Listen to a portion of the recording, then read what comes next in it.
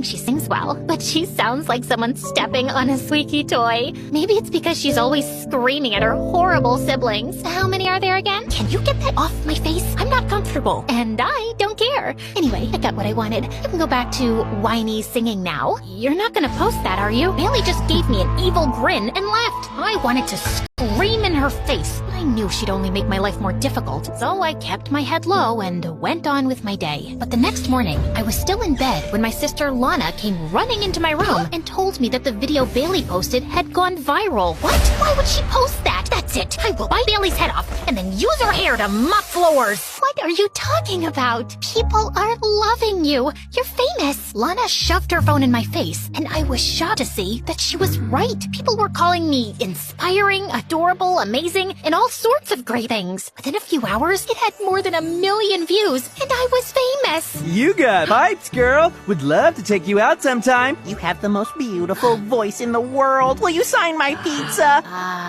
Sure. Bailey sat in a corner, looking totally humiliated, and it was the best day of my life. I was debating whether to thank her or kill her for posting my video without asking me, when suddenly my phone rang. It was some lady who told me that Tucker Wayne, owner of one of the biggest talent agencies in the world, wanted to see me. Apparently, he was assembling an all-girls band and wanted me as the lead singer. The money was great, and he'd even sent me a first-class ticket to New York for the same night. I was pretty excited, but my parents weren't happy. Who's gonna look after the house? Maybe we could hire some help? Don't be ridiculous, Cameron. We don't have that kind of money. Millions of people go to New York every day because they think they can change their lives. What makes you think you're any different? You'll only become disappointed. And what if I'm successful? This opportunity could change our lives. Fine, do what you want, but don't come sulking back to me when you fail at this stupid music thing. I was hurt that my parents didn't support me, but I knew this was my one chance to turn things around. So I packed my bags and left for New York that night. When I arrived, a limo whisked me away to the most stunning building I'd ever seen. Mr. Tucker greeted me warmly and gave me a tour of the studio. The first day of recording was an absolute blast. Everything seemed to be falling into place until a few days later, I was chilling in my hotel room when the door flung open and Bailey walked in. Ah! Bailey?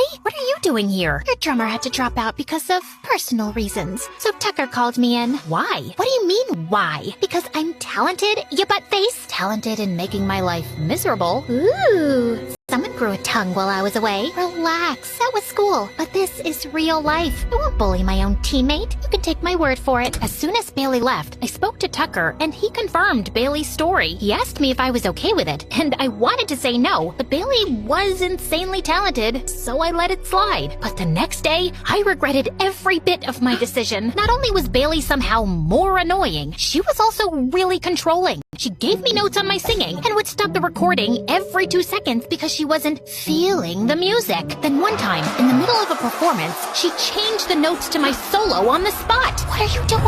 Improvising? No, you're messing up my solo. And what are you gonna do about it? Bailey just left, and at that moment, something snapped inside me. I closed my eyes, focused on the notes, and sang. When I opened my eyes, the crowd stood still, and then they burst into a massive applause. Everyone was chanting my name, and Bailey looked like someone had pulled her kidneys out. From that moment forward, my life was an absolute whirlwind. We were getting more live shows, doing interviews, talk shows, and I was truly famous. I even got the first ever call from my mom, but it wasn't what I expected. Hey, Mom, I'm so glad you called. Your sister plays the oboe, you know. Lana? Yeah, I know. So let her in your band. But I thought you hated the idea of getting into music.